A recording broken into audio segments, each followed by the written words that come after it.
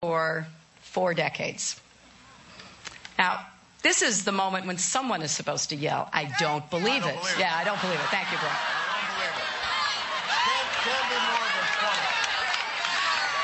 don't believe it. And during those years, our country has voted 10 times to elect a president. And Democrats won only 3 of those times. It's true, isn't it hard to believe? And think of the progress that we have not made.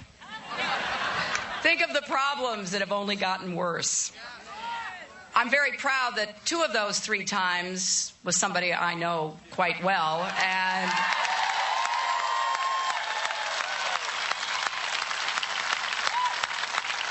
during the 1990s, under a Democratic president, we had a flourishing economy, a nation at peace, America's leadership respected around the world. A Democratic president is absolutely essential for America once again to fulfill the purpose of America, to move toward that more perfect union, to make that progress that ensures every generation to come will have the same opportunities and blessings that we have taken for granted. When we think about the lost opportunities and the damage that has been done during the past 7.5 years, on the environment and the economy, on health care and civil rights, on education, foreign policy, and the Supreme Court, imagine how far we could have come had we had a Democrat in the White House. So that little history aside is really to make a very serious point. We cannot let this moment slip away. We must affirm our commitment to making sure that we have a Democratic president come next January. And in this town, where when the polls closed and the ballots were counted, Barack got 107 votes, and I got 107 votes.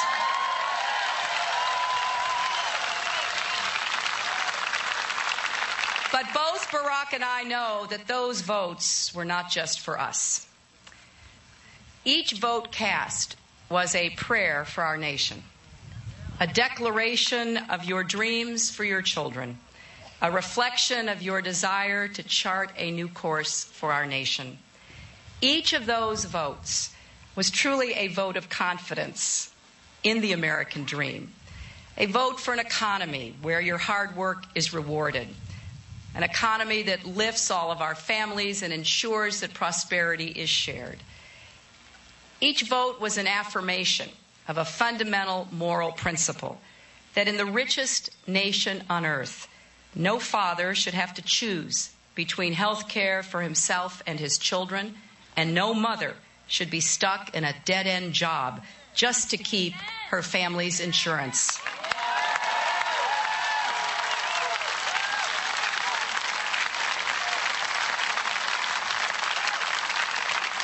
Each vote was a commitment to an America defined by deep and meaningful equality.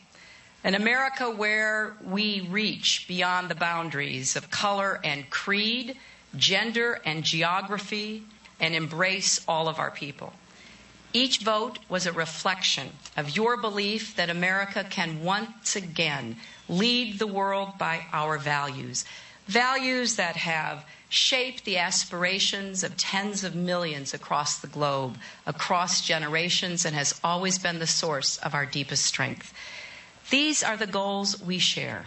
These are the ideals we believe in. These are the hopes for our future, and this is the work that we look forward to. The truth is that in this election, we face an opponent with a very different vision of America. Now, Barack and I both have a great deal of respect for Senator McCain and his heroic service to our nation.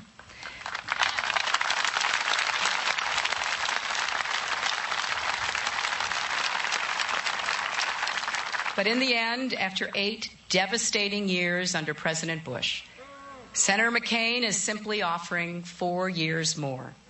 He sees right-wing judges appointed to the Supreme Court and says, why not a few more? He sees billions of dollars in corporate tax cuts exploding our deficit and says, why not billions more? He sees 5 long years in Iraq, and he's willing to stay for years, even decades more.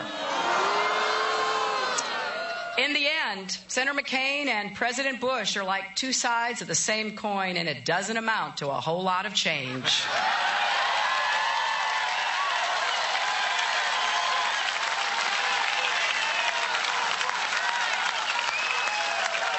So here's the choice in this election. If you like the direction America is going, then vote for Senator McCain, because you'll definitely get more of the same. But if you think we need a new course, a new agenda, then vote for Barack Obama and you will get the change that you and we need and deserve.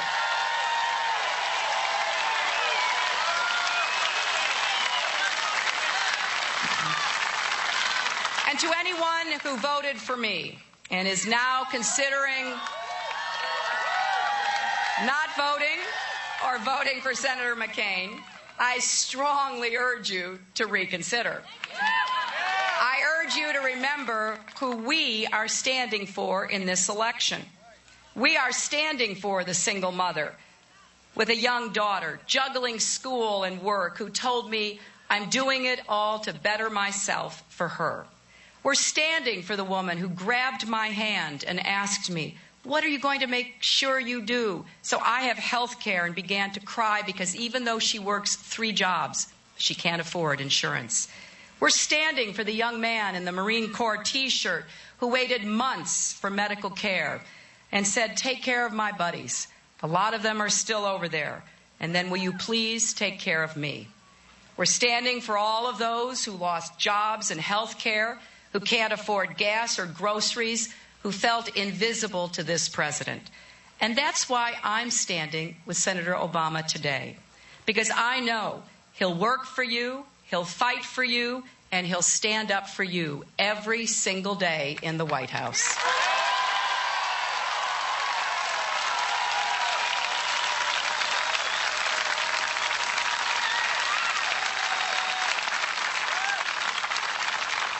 Because I know he'll be a leader who invests in our people and helps us seize the promise of new leadership and restored reputation around the world.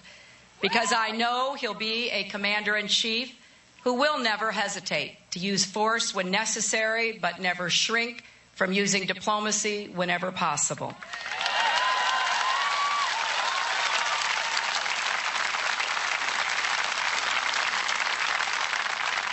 I hope you'll join me. I hope you'll stand with me. I hope you'll work as hard for Senator Obama as many of you did for me. You know, a little while back, a woman handed me a photograph of her father as a young soldier. This very young man in his uniform was standing at attention as President Truman presented him the Medal of Honor, the highest award that is given for military service. During World War II, he had risked his life on a daring mission to drive back the enemy and protect his fellow soldiers. In the corner of that photo, in shaky handwriting, this brave veteran had written simply, to Hillary Clinton, keep fighting for us. So to that American hero, and to all of you, I want you to know that's exactly what I'm going to do. That is why I'm standing here with Senator Obama. That is why I will be working hard for his election. That is why I will be fighting to change the direction of this country and once again give it back to the people.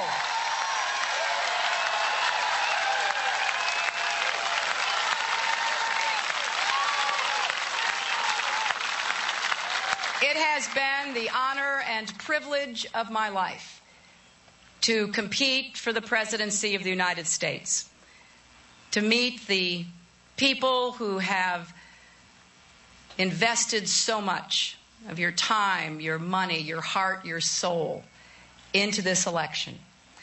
and to know what a great and good country this is.